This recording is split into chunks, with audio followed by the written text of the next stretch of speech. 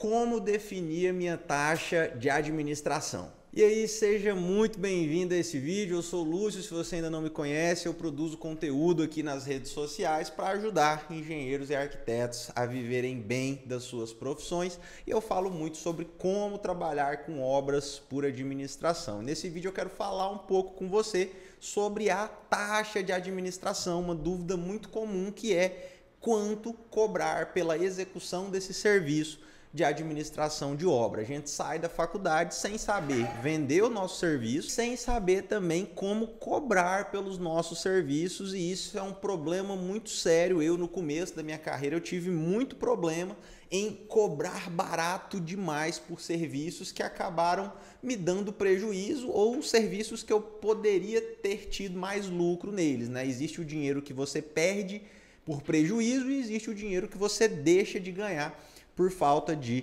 sabedoria. Então é isso que eu quero comentar com você aqui, tá? Primeiro ponto, o que é a taxa de administração? A taxa de administração é o valor que você, engenheiro, recebe por administrar a obra do seu cliente. Eu tenho alguns outros vídeos aqui no canal falando sobre isso, mas basicamente no sistema de obras por administração é diferente de uma empreitada global ou de uma empreitada por mão de obra ou de uma construção para venda. Aqui você não vai colocar o seu dinheiro na obra, você vai trabalhar 100% com o dinheiro do seu cliente. É o seu cliente quem faz os pagamentos direto para os fornecedores. Então essa é uma forma legal que a gente tem de conseguir não ser bitributado na obra. Então, automaticamente a obra fica muito mais barata e muito mais transparente.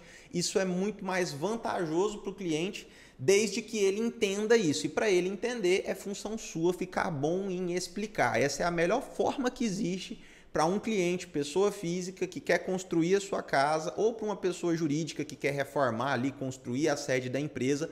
Não existe uma forma mais barata, mais vantajosa e mais transparente do que a obra por administração. E para você que é engenheiro, é muito bom porque você consegue começar só com o seu conhecimento. Você vai precisar ali no máximo de um celular e de um computador para você poder executar uma obra. E lógico, né, saber o que você tem que fazer, saber executar a obra propriamente dita e saber tudo que está envolvido aí nesse sistema, que é o que você vai aprender aqui comigo nesse vídeo e nos outros vídeos aqui do canal também. Então, beleza. Primeiro passo para você definir a sua taxa de administração. Quanto que eu vou cobrar? O primeiro passo é você analisar o mercado. Como estão os seus concorrentes. Aqui na minha cidade, por exemplo, a taxa padrão aqui dos meus concorrentes para obras de construção do zero, ela varia ali de 12% a 15%. Obras com valor um pouco mais elevado, obras ali de altíssimo padrão, o pessoal trabalha na casa ali de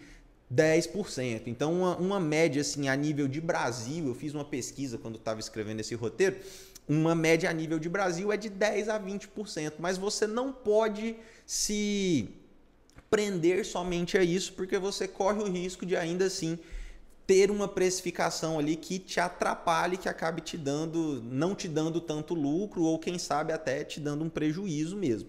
Então, quando eu falo de precificação, eu sempre lembro de 4 coisas, tá? Todo dinheiro que entra na sua empresa, ele tem que ser o suficiente para pagar as suas contas, né? Primeiro de tudo, você tem que pagar as suas contas. Segundo, você tem que conseguir ter uma parte desse dinheiro para você reinvestir no seu negócio, para o seu negócio poder continuar crescendo e para você poder evoluir também. Terceiro ponto, outra parte desse dinheiro que entra tem que ir para o seu caixa, né? A sua reserva de oportunidades, a sua reserva de segurança, a sua reserva de conseguir cobrar mais caro por ter segurança financeira, né, nos próximos serviços e também ter lucro. Então você sempre tem que pensar nisso, independente do percentual que você vai cobrar, você tem que ter uma noção muito clara de quais são as suas despesas. Se você está no começo, é um pouco mais fácil, porque aí você está sozinho, então praticamente qualquer coisa que entrar vai ser lucro. Mas na medida que você se posiciona como empresa e que você começa a crescer, você vai precisar de um administrativo, você vai precisar de contratar mais engenheiros, você vai precisar de ir para um lugar, ter um escritório físico. No começo você não precisa de nada disso, você consegue começar sem essas coisas, mas Eventualmente, a ideia é que você cresça, que você tenha uma empresa, que você tenha um negócio, e à medida que o seu negócio cresce, o seu custo aumenta também. Então, você precisa ter uma noção muito clara de tudo que você está gastando, de tudo que você precisa pagar, e além de pagar as contas, que você não pode viver só para pagar a conta, você precisa gerar caixa, reinvestir e ter lucro também. Então, um conceito que é interessante aqui é o conceito de ponto de equilíbrio, né? Você vai analisar ali dentro das tipologias de obra que estão disponíveis ali no seu mercado ou na tipologia de obra que você quer ser especialista, né? Tem gente que trabalha só com reforma, tem gente que não faz reforma, faz só construção do zero. Então, digamos que ali uma obra de construção do zero seja suficiente para você pagar todas as suas contas. Você vai ter que trabalhar, no mínimo, com uma meta de 2, porque você não pode depender só de 1, 2 clientes na empresa. O ideal é que, se uma obra paga as suas contas, você tinha que, por segurança, ter ali pelo menos 3, porque pode ser, já aconteceu comigo. O cliente começa a obra todo animado, com tudo certo, de repente ele acontece alguma coisa, ele deixa de fazer um negócio, a economia muda e ele pega e para a obra. Então já aconteceu comigo, de estar com obra em andamento, uma obra que estava garantida, uma obra de alto padrão para um bom cliente, e esse cliente, a empresa dele faliu, ele teve que parar a obra. Então você tem que pensar nisso tudo aí também quando você vai definir a sua taxa, ter noção das suas despesas e ter noção também dessa necessidade aí dessa segurança. Outro ponto importante é você definir muito bem o escopo do seu serviço. Então, imagina que você está ali com uma obra do zero de construção residencial. Até que ponto você vai entregar essa obra? Tem clientes que às vezes vão querer que você faça ali o acompanhamento dos móveis planejados, da decoração, dos eletrodomésticos, né? Tem obra nossa, principalmente reformas de alto padrão, a gente instala televisão, instala ali todo o sistema de automação. Geralmente esses prestadores, eles dão muito trabalho para a construtora, pessoal de móveis planejados, pessoal de automação, precisa de um suporte, precisa da gente estar ali organizando, a gente não pode deixar os fornecedores soltos. Então é muito interessante você incluir isso nos seus orçamentos, nem que você trabalhe com uma taxa de administração diferenciada, né? Você pode, por exemplo, a obra eu estou cobrando 15%, para os móveis planejados, como geralmente é um valor significativo, cobra ali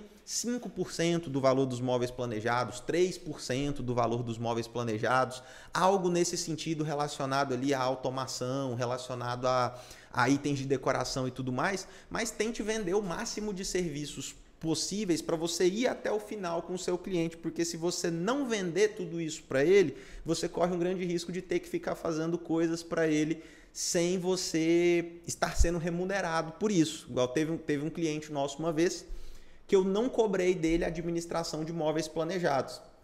E aí eu falei, cliente, eu não vou te cobrar a administração dos móveis planejados, mas eu acompanho para você. E aí eu achei que ele ia contratar uma empresa, né, essas empresas que os móveis vêm de fábrica e tudo mais, são empresas mais interessantes ali de se trabalhar. Ele foi e contratou um marceneiro. Então um serviço que era para ter sido ali um serviço de 15 dias virou um serviço de 45 dias e eu, para cumprir a minha palavra, tivemos que trabalhar de graça lá praticamente só para cumprir um combinado. Então você tem que tomar muito cuidado com isso.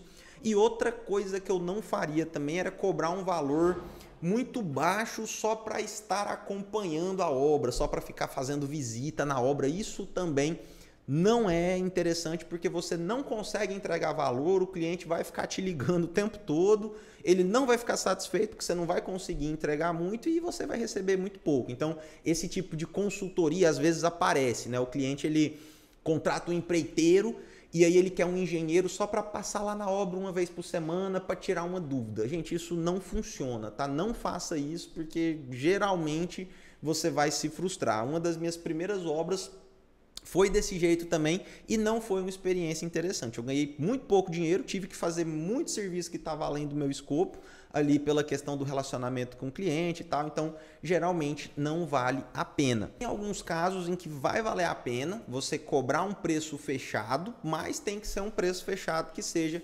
significativo. Então, quanto que às vezes vale a pena cobrar um preço fechado? Reformas de interiores que você tem muitos itens de luxo. Aí vale a pena você cobrar ali um determinado valor por mês para você gerenciar e tomar de conta de tudo, mas sempre faça de uma forma que você assuma a responsabilidade por tudo e que você seja remunerado por isso também, tá? E um outro ponto aqui para finalizar é que existem obras pequenas que elas podem ser muito lucrativas. A gente às vezes fica querendo só a obra de altíssimo padrão, a obra ali de mais de 1 milhão, obras grandes, obras de condomínio e tudo mais, mas a gente esquece que o nicho de reformas, por exemplo, é um nicho gigantesco. Tem pouca gente que se interessa por fazer reformas, por ficar bom em fazer reformas, e você pode trabalhar com taxas diferenciadas, 20%, 25%. Você pode cobrar um pouco mais caro, porque o cliente às vezes ele não vai ter muita opção no mercado também. Então já teve casos aqui de obras muito pequenas, de reformar um banheiro, reformar uma cozinha, mas que deram muito lucro também, porque a gente soube como cobrar, tá? E no final de tudo, assim, ó, uma coisa que você também não pode esquecer nunca é que você tem que ser muito bom de orçamento, porque se você errar no seu orçamento, você pode inclusive prejudicar o seu fluxo de caixa, achar que você ia ganhar muito dinheiro e acabar ganhando menos também, tá? Um problema que você pode ter trabalhando com taxa de administração é às vezes o seu cliente não entender direito o que está entrando ali na sua taxa de administração, e ele às vezes você tem ali um concorrente que ele está cobrando 10%, mas na planilha dele tem engenheiro, tem combustível, tem ferramenta, tem equipamento, e às vezes você está cobrando 15% e na sua planilha não tem essas coisas. Então vai muito também no seu processo de venda você saber explicar essas coisas para o seu cliente também, tá? E acho que a última dica aqui para a gente terminar esse vídeo, para ele não ficar tão grande, é que às vezes o seu cliente ele pode pensar assim: ah, Lúcio, mas você vai deixar a minha obra mais cara para você poder ganhar mais taxa de administração. Essa objeção ela é muito fácil de quebrar, né? Porque você vai falar o quê para o seu cliente? Cliente, é você quem vai fazer os pagamentos, tudo eu vou te apresentar de 2 a 3 cotações, né, de todos os itens, é você quem faz os pagamentos, você pode conferir, você pode auditar essas cotações, e o meu interesse não é ser reconhecido como a pessoa que deixa a obra mais cara, o meu interesse é justamente o contrário, é ser reconhecido como a pessoa que traz viabilidade para que o cliente possa usar o dinheiro dele da melhor forma possível. Então isso é muito fácil de explicar também. Quando você consegue explicar tudo isso para o seu cliente, você acaba tendo um resultado melhor. Então, gente, era isso. Espero que tenha te ajudado aí. Se você ficou com alguma dúvida, manda aqui nos comentários. Se você ainda não é inscrito nesse canal, se inscreve. Se você ainda não me segue lá nas outras redes, procura lá, @EngeLúcioMota. Todos os dias tem conteúdo aí para te ajudar. É isso e até o nosso próximo vídeo.